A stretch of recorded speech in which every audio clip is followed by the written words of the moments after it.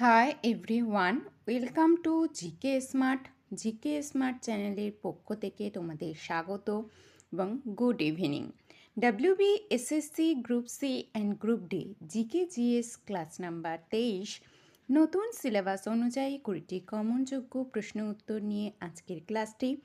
এর আগে আমি 22টি ক্লাস করিয়েছি, তোমরা যারা দেখোনি অবশ্যই দেখে আসবে এবং প্লেলিস্টটি চেক করে নেবে।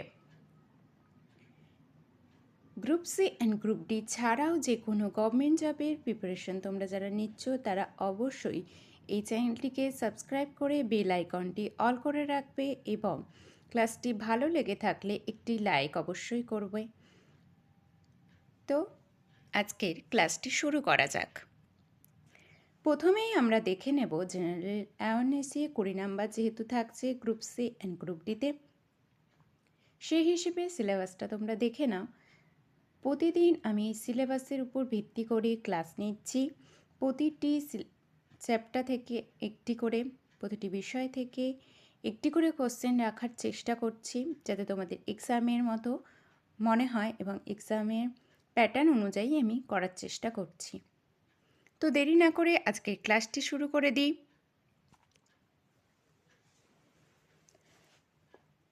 আজকের প্রথম প্রশ্ন কি আছে?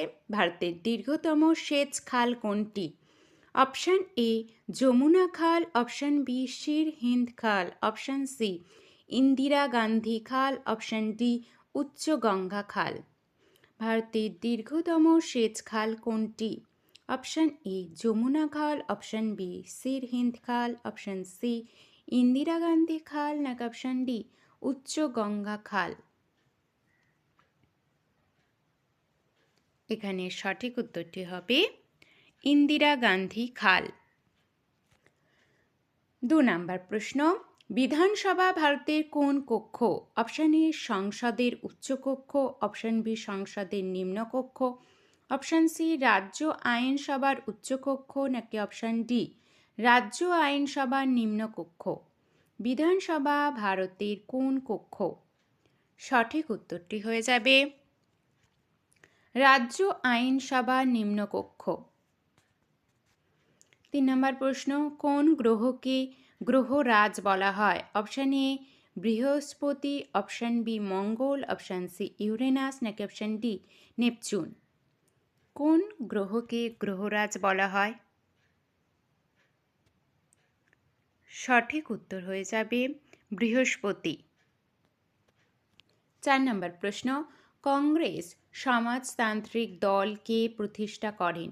Option A Jayaprakash Narayan, option B Umesh Chandra Bandyopadhyay, option C Allan Octavian Hume, নাকি অপশান ডি জওহরলাল নেহেরু। কংগ্রেস সমাজতান্ত্রিক দল কে প্রতিষ্ঠা করেন? সঠিক উত্তর হবে জয়প্রকাশ নারায়ণ। 5 নাম্বার, কোন নদীটি পুরুম্বি নামে পরিচিত? পুরুম্বি নামে পরিচিত। Option A Ravi, option B Chenab, option C Jhelum, নাকি option D Shatadru.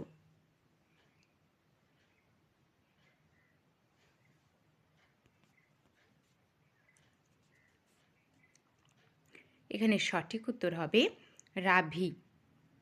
6 number, panchayat সদস্যদের মেয়াদ কত বছর? অপশান এ 4 বছর, অপশান বি 5 বছর, অপশান সি 6 বছর, নাকি অপশান ডি 7 বছর। পঞ্চায়েত সদস্যদের মেয়াদ কত বছর? সঠিক উত্তর হয়ে যাবে 5 বছর। 7 নাম্বার, প্রাক প্রাথমিক শিক্ষা গ্রহণের উপযুক্ত বয়স কত? অপশান এ 2 থেকে 6 বছর, অপশান বি 6 থেকে 12 বছর, অপশান সি 12 থেকে 18 বছর, নাকি অপশান ডি 18 থেকে 25 বছর। প্রাক প্রাথমিক শিক্ষা গ্রহণের উপযুক্ত বয়স সঠিক হবে 2 থেকে 6 বছর। 8 নাম্বার, হীরক রাজার দেশে চলচ্চিত্রের পরিচালক কে?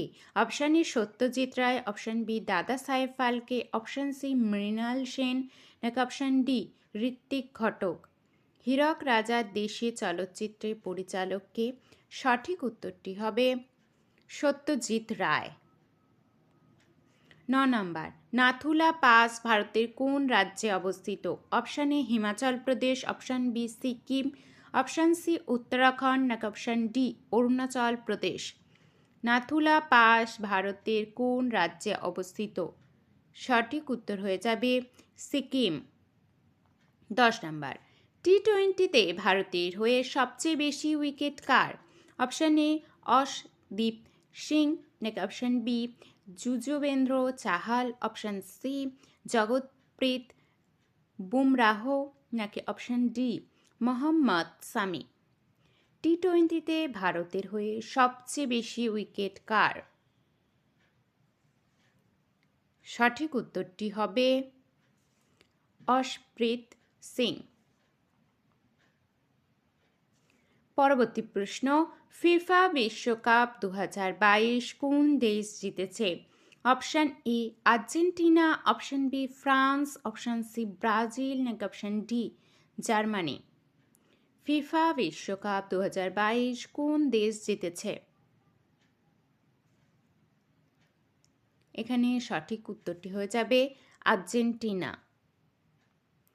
12 নাম্বার ওস্তাদ সুলতান খান কিসের সঙ্গে যুক্ত? Option A sitar, option B shehnai, option C sarangi নাকি অপশান ডি সরোদ। ওস্তাদ সুলতান খান কিসের সঙ্গে যুক্ত? এখানে সঠিক উত্তর হবে সারেঙ্গি। 13 নাম্বার সিন্ধু সভ্যতার কোন কেন্দ্রে বিশাল স্নানাগার পাওয়া গেছে? Option A Harappa, option B Lothal, option C Mohenjodaro নাকি অপশান ডি কালীবঙ্গান। সিন্ধু সভ্যতার কোন কেন্দ্রে বিশাল স্নানাগার পাওয়া গেছে? এখানে সঠিক উত্তরটি হবে মহেঞ্জোদারো। 14 নাম্বার প্রশ্ন, পশ্চিমবঙ্গের প্রথম মহিলা রাজ্যপাল কে ছিলেন? Option A Padmaja Naidu, option B Pratibha Patil, option C Sarojini Naidu নাকি অপশান ডি আভা মাইতি।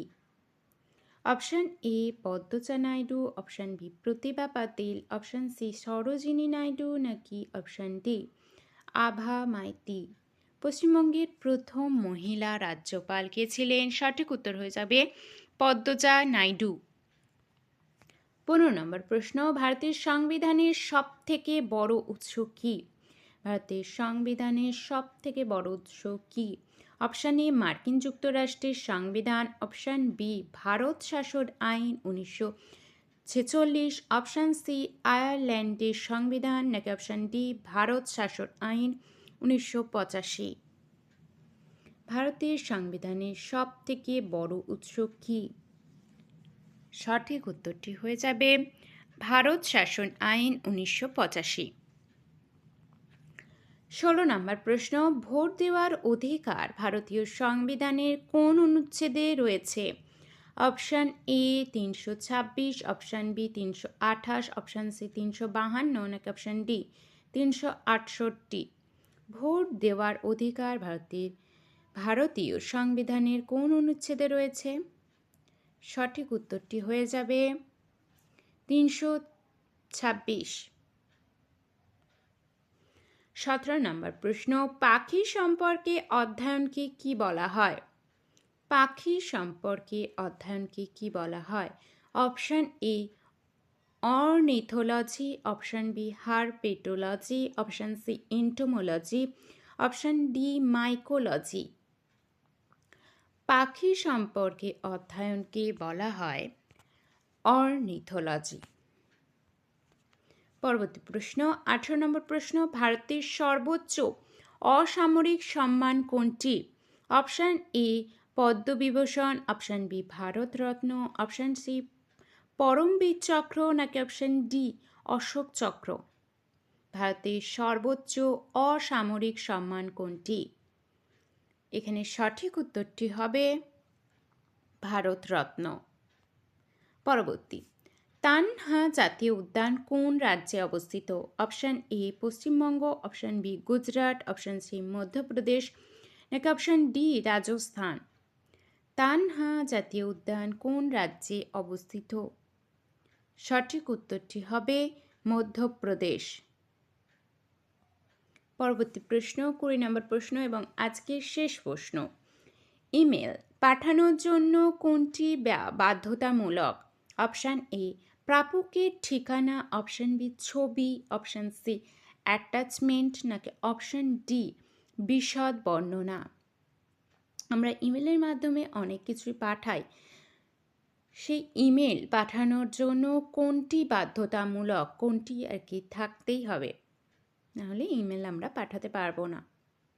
তো এখানে সঠিক উত্তর কী হবে? ইমেল পাঠানোর জন্য প্রাপকের ঠিকানা।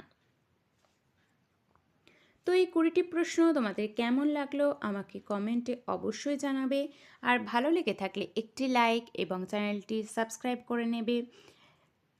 এছাড়াও আমি বলবো, তোমরা যারা গ্রুপ সি, গ্রুপ ডি এছাড়াও যে কোনো গভর্নমেন্ট জবের প্রিপারেশন তোমরা যারা নিচ্ছ, তাদের প্রিপারেশন খুব ভালো হচ্ছে এবং আগামী দিনে আরও ভালোভাবে তোমরা প্রিপারেশন নিতে থাকো। ভালোভাবে পড়াশোনা করো। তোমাদের পাশে জিকে স্মার্ট চ্যানেল আছে এবং group C and group D preliminary পরীক্ষার সেরা প্রস্তুতি এবং গাইডেন্সের জন্য জিকে স্মার্ট চ্যানেল তোমাদের পাশে থাকবে। তোমরা খুব ভালোভাবে পড়াশোনা করতে থাকো, সময় নষ্ট করো না, যাতে পরীক্ষার সময় গিয়ে মনে না হয় যে অনেকটা সিলেবাস বাকি আছে বা কিছু। তো এছাড়াও তোমরা যদি ডিটেলসে ক্লাস চাও, আমাকে কমেন্ট করবে, আমি তোমাদের ক্লাস করাবো। যদি তোমরা ডিটেলসে চাও তো আমি ডিটেলসেও ক্লাস করাবো। তো এই ক্লাসটি কেমন লাগলো তোমরা কিন্তু অবশ্যই কমেন্টে আমাকে জানাবে। তো টাটা।